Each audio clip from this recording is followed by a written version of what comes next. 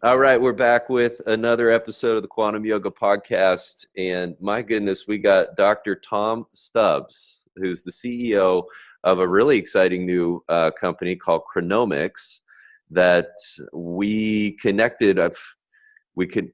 Don't you just love how technology is going, Tom? I mean, it's sort of like it's making you guys do your thing even better. But we came across each other on Instagram, and I just got so intrigued by what you're up to, and I'm glad we have an opportunity to talk.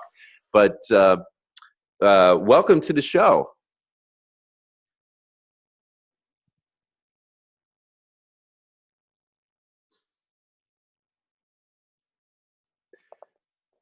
Tom, you there? Hello. Do we lose signal here? Are you there? Yeah, I'm here, but you're frozen over there. I don't know. Okay, I'm getting you loud and clear. Okay, you're back. You're back. Well, let's Tom, if you can give us a little personal backgrounder on yourself and your PhD in computational epigenetics. Yeah, so I guess my background, so my undergraduate was at Oxford University, and I was studying biochemistry predominantly there. And then, like you rightly said, I moved to Cambridge to undertake a PhD in epigenetics, and in particular, the defining of epigenetic biomarkers or epigenetic predictors. So during this time, I was kind of developing methods to enable us to get information and understand epigenetics more, and then also develop tools for assessing epigenetic marks at the same time. Got it.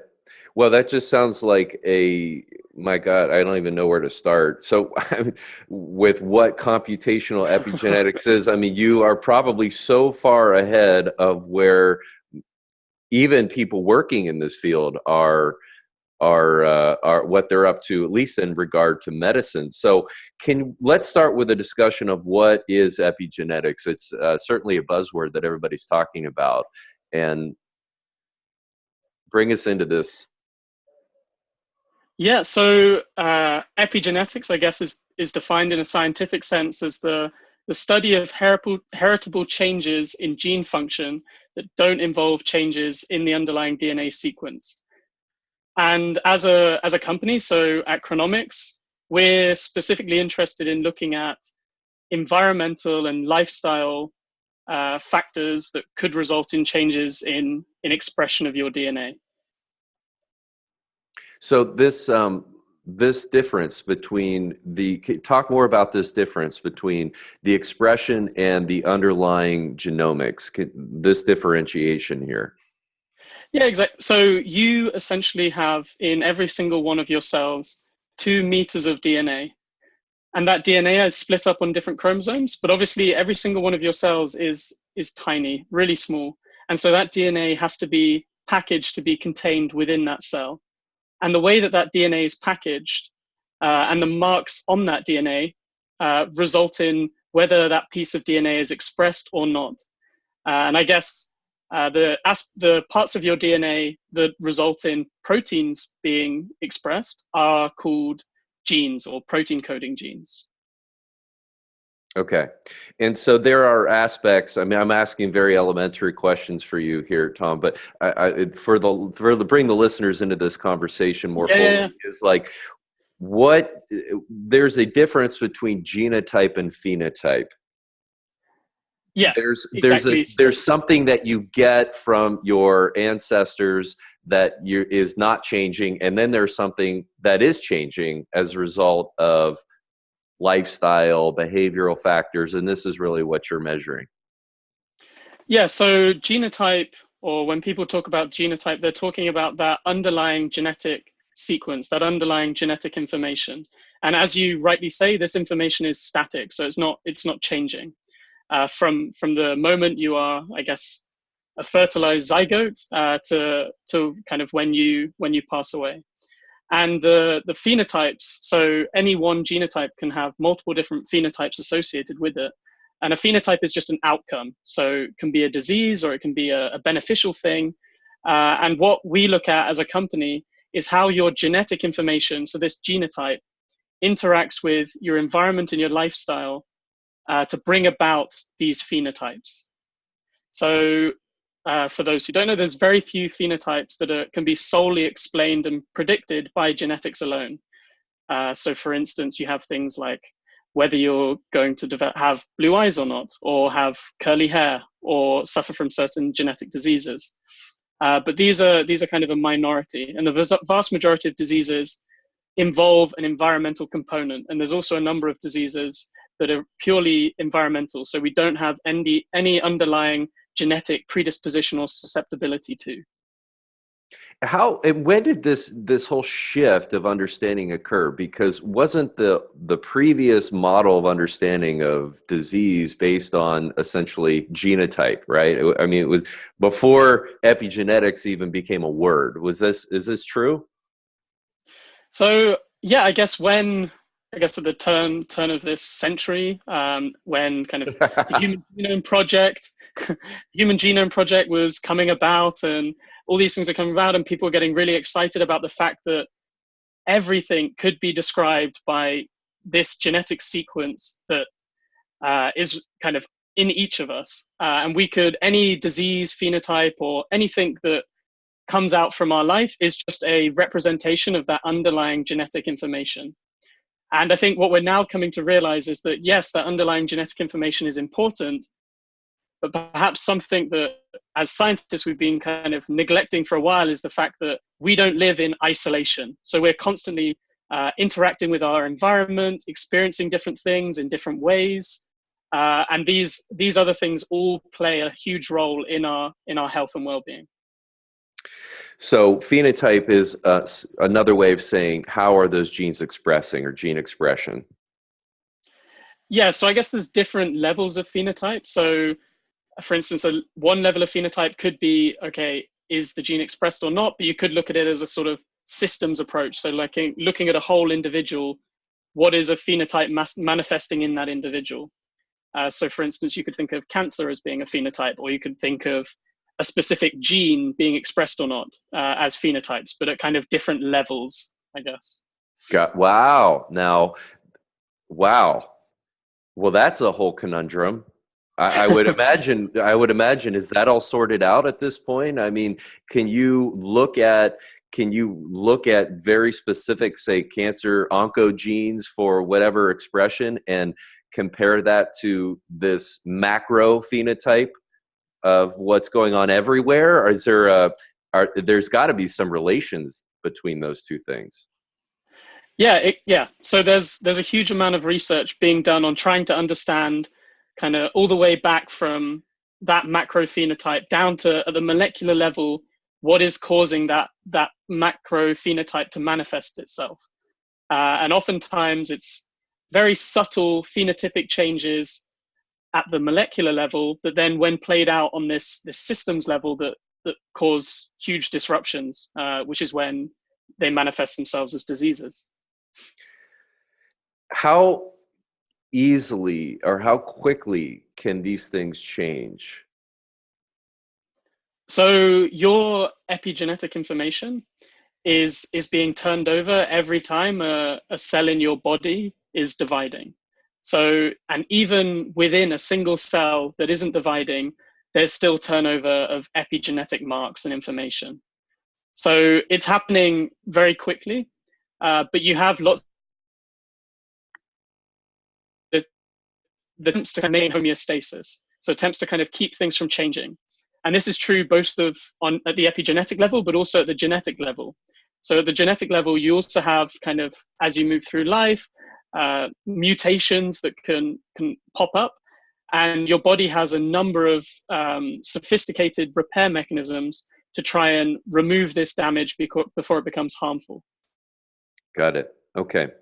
Well, let's move into some of these epigenetic terms that some people may have heard. DNA methylation is a big one. Explain this and some of the others that are getting some attention.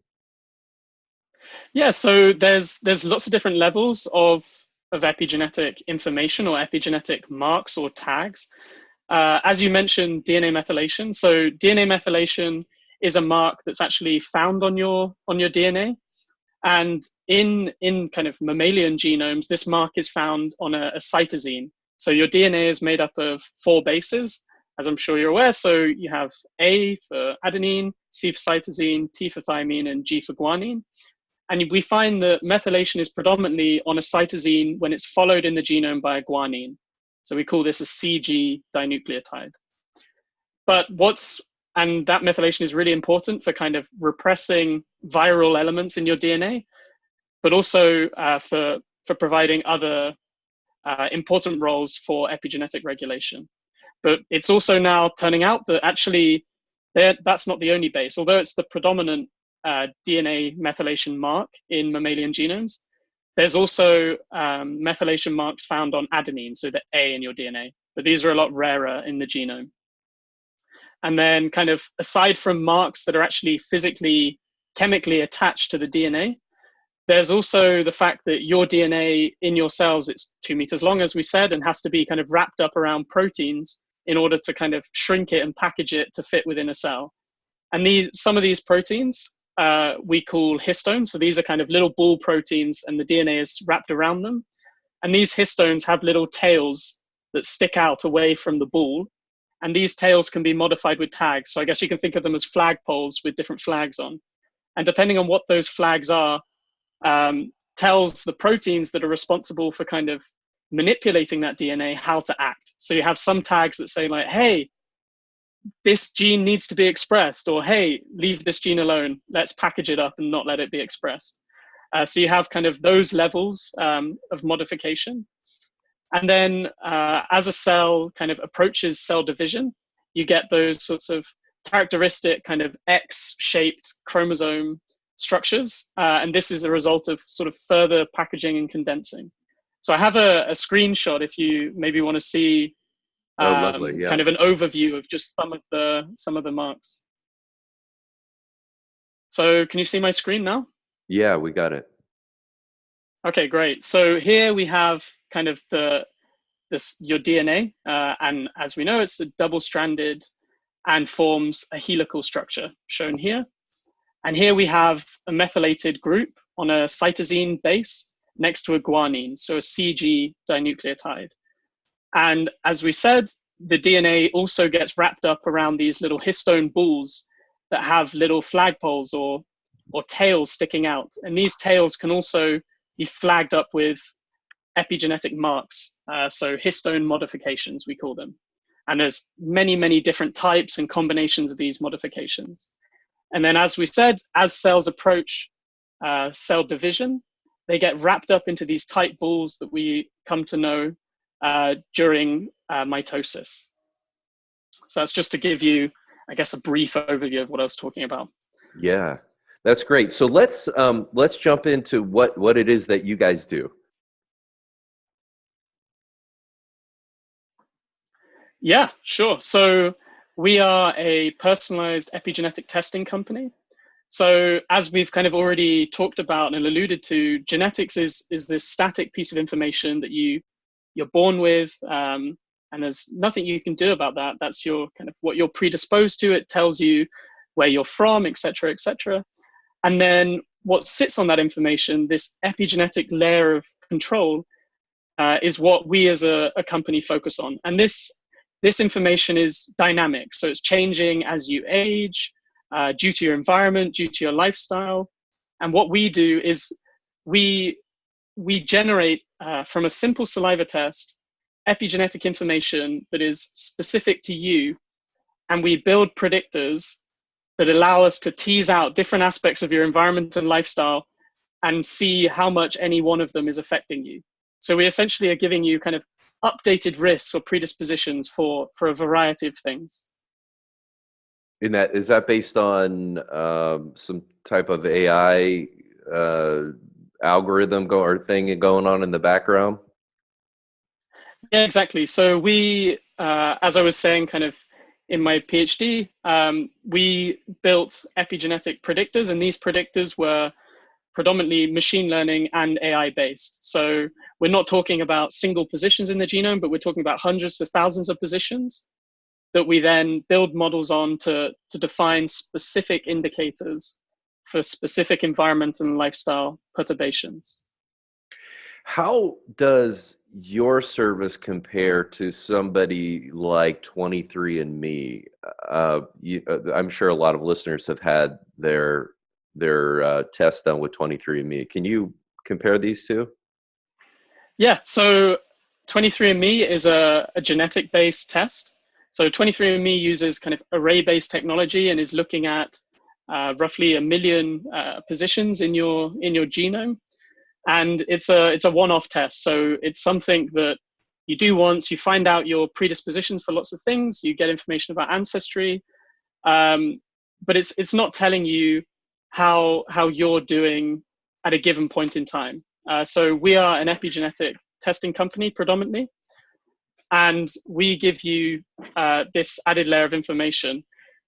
Sorry, I'm moving around. So I'm actually on a boat right now, and it's pretty. I think it will settle down. Yeah, so we're looking at basically how your epigenetic information is changing over time because of your environment and lifestyle. So I think one thing that we're building into the platform as well, which maybe the listeners will be interested in, is the fact that you'd be able to upload your genetic information to see how you're doing. This is to see what your underlying genetic predisposition scores were, and then to see kind of where you're going from there from an epigenetic standpoint. And this is exciting because it allows you to compare for the first time your environmental and lifestyle factors to individuals with similar genetic predispositions. So we enable individuals through the platform to compare to people that live in the same place or have the same age or ethnicity, and also genetic predisposition to suffering, for instance, from smoke exposure or from air pollution or these types of things. Wow. Yeah, it's super exciting. And a lot of folks are taking the next step from getting that genetic information from 23andMe and outputting raw data and then putting that up into something like MTHFR support and looking at SNPs. Tell us how this relates to SNPs. Yeah, so SNPs are single nucleotide polymorphisms. So these are single positions, single letters in your DNA that are different or mutated from a reference genome, from the human reference genome. And these are, again, this is genetic information, and it's giving you sort of, if you have this single position, what is your likelihood kind of increased or decreased relative to a background population, let's say. Yeah. Okay. So, I mean, it's still not as variable as what you guys are doing. No, so it's still genetic information. It's still static. Mm-hmm. And the reason you get sort of, for lots of these conditions, the reason you get a likelihood or a probability is because the genetics isn't the only thing that can explain why you're getting this, mm-hmm. Or else it would be a yes or no. So yeah, that's where we're looking forward to the fact that environment is now also being taken into account. Do you have anything? So let's talk a little more specifically on some of these things that you are tracking, right? What specifically are you tracking? What would listeners be able to, if they went through your service, what would they be able to see as a result of the test and learn from that? Yeah, so great question. There's a number of things we look at. Again, maybe I can show you a couple of screenshots to kind of give you an idea, if that's helpful. So can you see my screen? Yes. So essentially you would enter the Chronomics site and you would be able to sign up now, etc.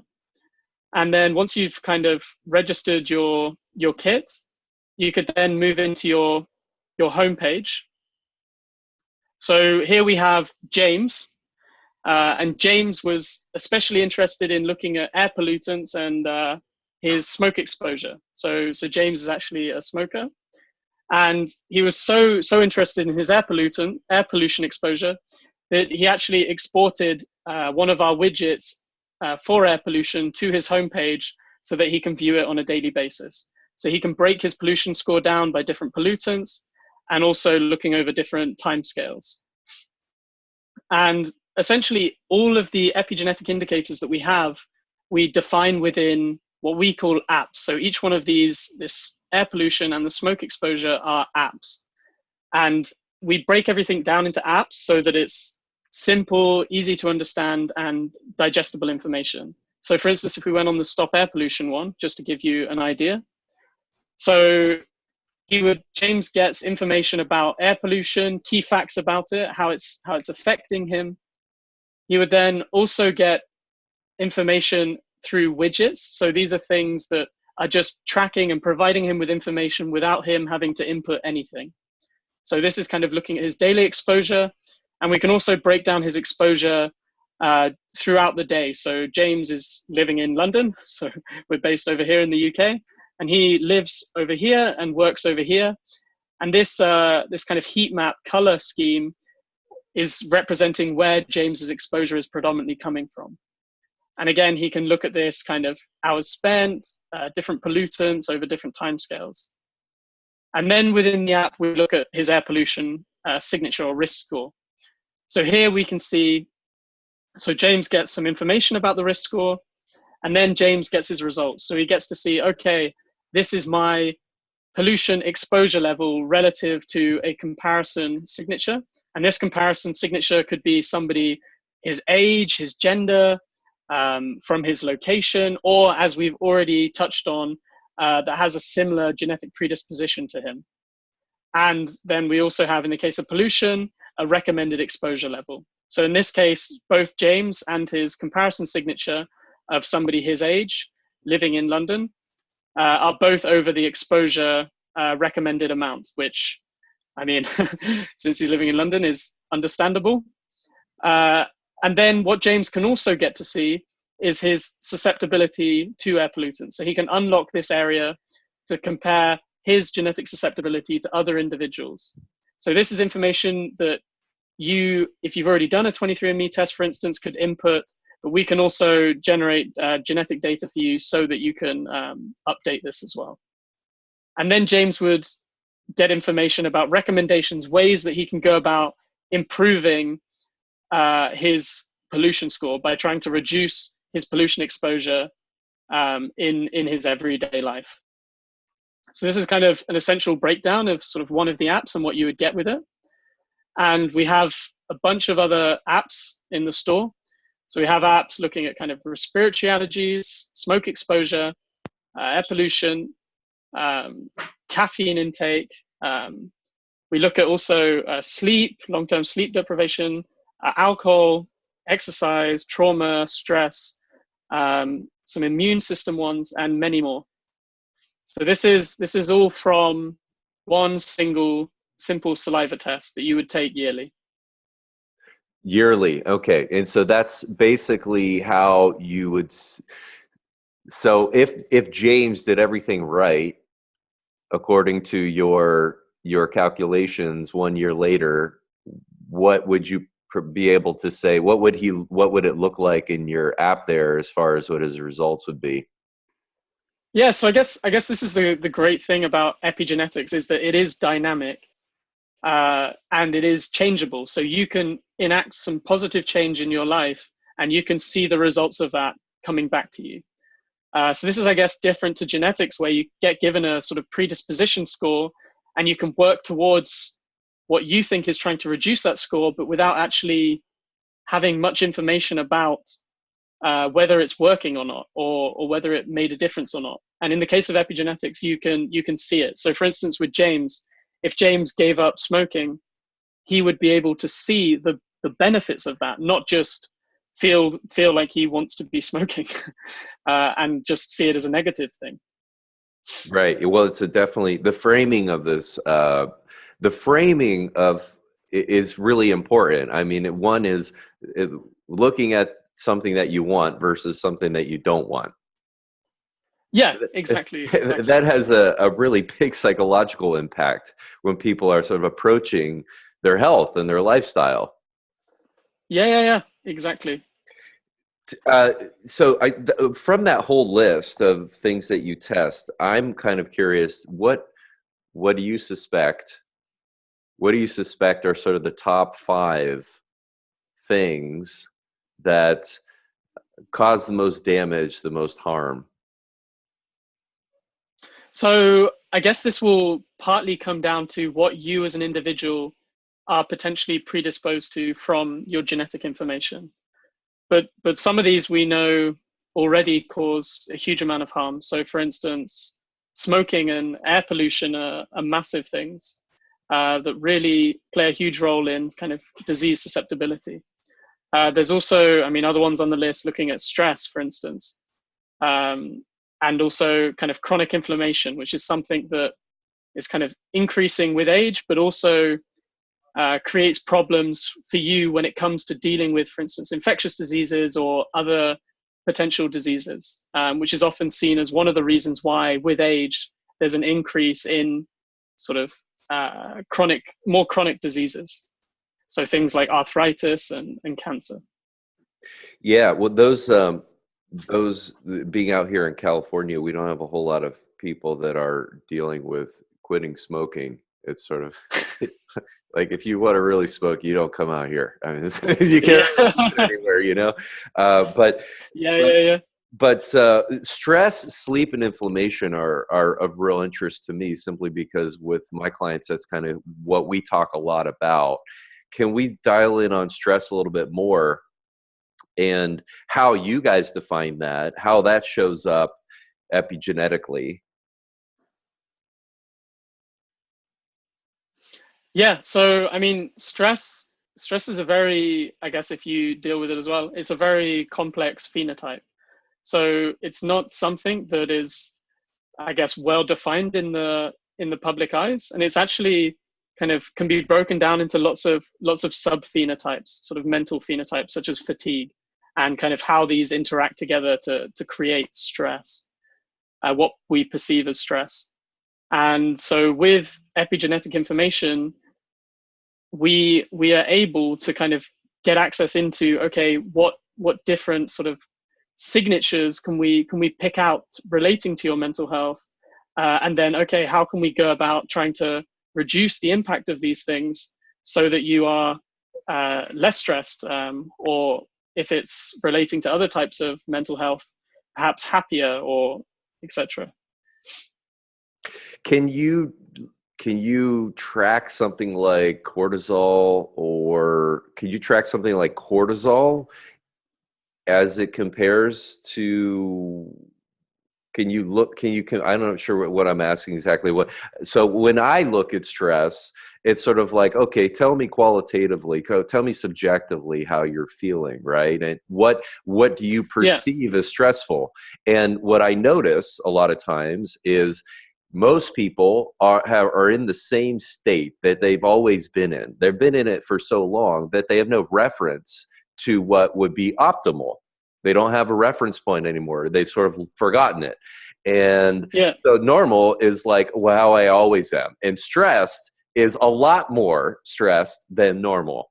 If I'm already stressed, you know what I'm saying? So Yeah. we look at something like cortisol, we could see how that is objectively, quantitatively, we can use that measure. Can you compare this conversation, or you kind of weave this conversation into your viewpoint? Yeah, sure. So where there have been studies that have kind of looked at cortisol, and we've sort of built predictors looking at kind of cortisol levels relative to epigenetic marks. The problem comes with cortisol is that it's inherently very dynamic. So depending on at what point within that stress you are, your cortisol level is very different. So depending on kind of at what point you sample that person, you can get a very different response. even so, you could have somebody that's incredibly stressed, but you've missed the peak of that cortisol spike, and so they don't look that stressed from a cortisol perspective. You also have the problem with cortisol with the fact that kind of each of us as individuals has very different baseline levels of cortisol.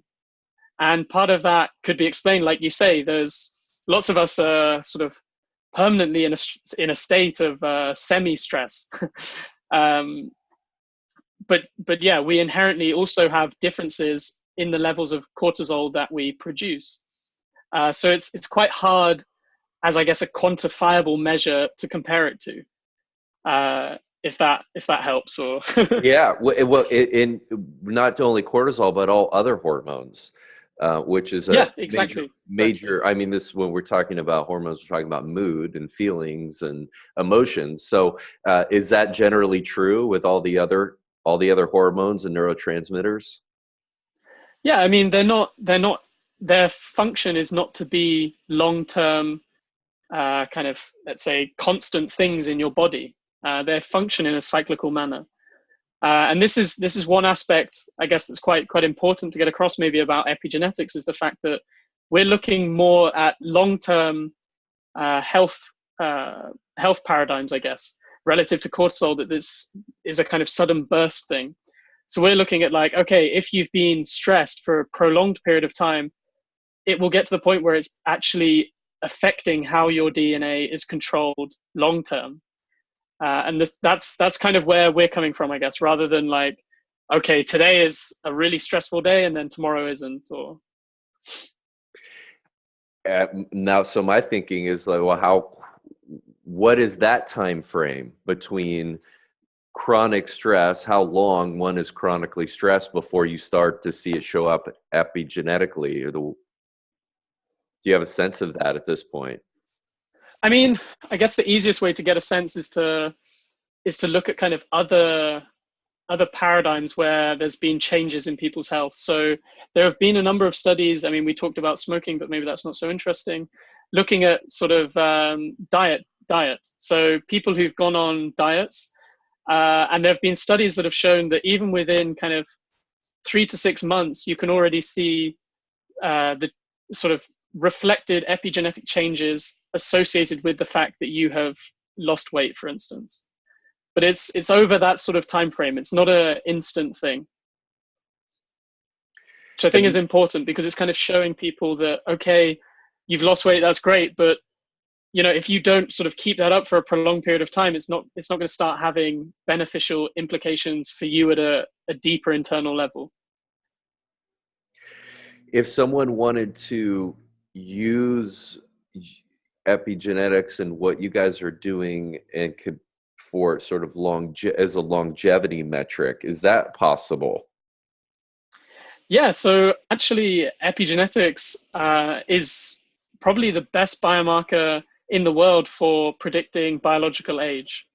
So, I mean, I'm not sure if your viewers have heard of telomere length or telomere tests. Yeah, I was about to ask you about that. Yeah, so these are the kind of ends of your DNA. And as you age or as you experience stress, they accelerate their rate of attrition. But this is not such a good measure for actually predicting biological age.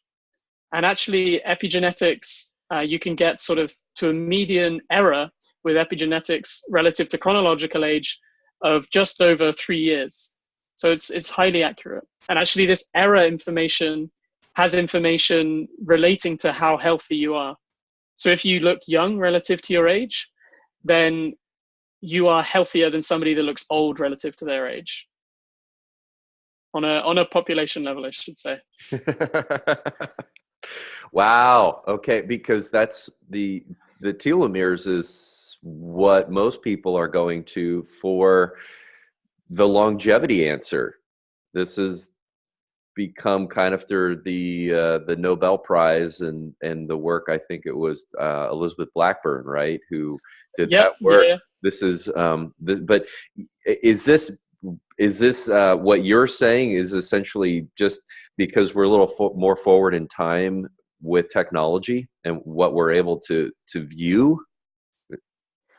Yeah, so I guess the difference comes down to, I mean, there's a couple of things here. So one is that these two measures of age, although they're not, so you've got kind of your telomere measure and then sort of your epigenetic measure of age, and these two measures are starting more and more to seem like they're related in some way. So there have been kind of population studies done in humans that have found that there's certain specific genes that there are mutations in, or in the control regions of these genes that are associated with increased or decreased epigenetic age. And these seem to be genes that are also important for maintaining telomeres. So there seems to be some crosstalk between them. But I think the real difference is that in the case of looking at telomere length, depending on how you're measuring your telomeres, you basically get back one number. So because the DNA that makes up telomeres is very repetitive, it's very hard, or depending on the method you're using, to separate out which telomere is which. And so you just end up with one number, and that number has to in some way relate to age. In the case of methylation, you have essentially 28 million roughly positions that you can then begin to build models on to predict age. So you've got a lot more information that, as you say, you can start using machine learning or AI to start pinning down age to, let's say. Wow. So I mean, is it possible that one could do a side-by-side test of telomeres and methylation or whatever else you can measure with epigenetics, and you could end up with a result where your telomeres say you're 15 years older than your chronological age, but epigenetically you're the same as your chronological age? Yeah, that could definitely happen, and there have been studies that have compared them directly, and the correlation I think is about 0.7. So it's not super strong correlation. I think the other difference is, so with telomere length, it's hugely dependent on the tissue that you look in, so, or the cell type that you look in. So telomere length measurements tend to be done from leukocyte samples, so from white blood samples. Whereas in the case of the epigenetic predictor of biological age or chronological age, you can actually tell the age prediction from any tissue. So you can also get it even from urine. So you can get a prediction of age that is accurate in many different tissues. Does that have a technical name, this age predictor marker? So I guess there's a couple of different ones, but the one I'm talking about that's multi-tissue is known as the DNA methylation age predictor. So it is a DNA mark predictor, and it was defined by a guy called Steve Horvath, who actually is a professor over at UCLA, so in California. Let's talk a little bit about a time check here. Okay, let's talk a little bit about sleep. And what do you guys know? What do you guys know about this? What can you tell us? So sleep is obviously incredibly important. There have been a number of, I guess, weird studies that have shown kind of strange aspects of sleep. So one study that kind of springs to mind, because I just thought it was really cool, is the fact that depending on how close to a road you are, affects your lifespan. And this was kind of boiled down by epidemiologists to sleep. So the fact that even in your sleep, the subconscious kind of sound of a road reduces your the lifespan that you're likely to live. So how old you're likely to live to. Lots of strange things to kind of whether you're a morning person or evening person, so your kind of chronotype and how this also affects you. And these are things that we're really interested. So the research on this relative to epigenetic data is pretty poor, but it's something we're really interested to kind of dive deeper in and start to tease apart and understand these different aspects of sleep from an epigenetic perspective. Have you, you probably don't have an answer for this since you just said there's not a lot of research in this field, but are you familiar with any sort of phenotypes of sleep architecture that people have relative to I'm not talking about, okay, somebody's sleeping 8 hours every single night and I'm talking about the way that the brain is operating, going through slow during wave sleep. Yeah, the various stages, is it tracking correctly? If we were to look at, a sample of 1,000 people, we would see, if they were normal sleepers, we would see these like expressions, right, of how the brain operates. Not everybody would have the same amount of deep sleep every night. Not everybody would have the same amount of REM sleep. Are there certain aspects of sleep that would improve your epigenetic aging? Yeah, so this, I guess, is like, yeah, like I said, there's not a huge amount of data on, but it's something that's really interesting because one clear thing is that as we age, our this type of sleep that people have, and also actually the length of sleep that people have, massively changes. So people tend to, I guess, sleep fewer hours, and also the quality of that sleep seems to deteriorate. And we know that kind of with age, you have these kind of epigenetic mechanisms going on. And we know that even in non-dividing tissues, or predominantly non-dividing tissues, such as the brain, you can still predict epigenetic age. So there must be some sort of link between kind of the quality of sleep, let's say, and epigenetics in an aging context. It's fascinating. Uh, I'd like to move to talking about inflammation, chronic inflammation, pro-inflammatory cytokines, and what your take is on this. I get this. Sorry, I'm swatting this fly that's going around my face. Yeah, so tell us about inflammation. So inflammation is obviously something that is a natural process, and is important for fighting off infectious diseases, etc. But the problem comes kind of with age, when we start to see that the sort of baseline levels of inflammatory markers, such as kind of IL-6 or interleukin-6, start to increase in the body. And these have the effect that essentially your white blood cells are constantly in a state of alert or readiness.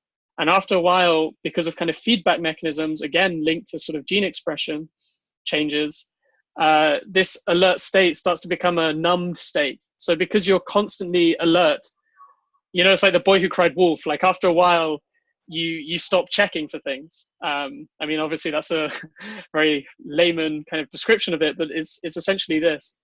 And this is, I guess, one aspect of not only as you age, do you start to, I guess, have a reduction and a sort of change in the composition of the types of white blood cells that you have in your body, but actually also, if you took the same number of white blood cells in the same composition, the functionality of those cells, the ability of those cells to act and do something when you are faced with say a sort of tumorigenic cell, or a cell that's been infected by a virus, is not as good. So yeah, so chronic inflammation is hugely important, and something that a huge amount of research is being done on at the moment. Tom, what are you tracking personally?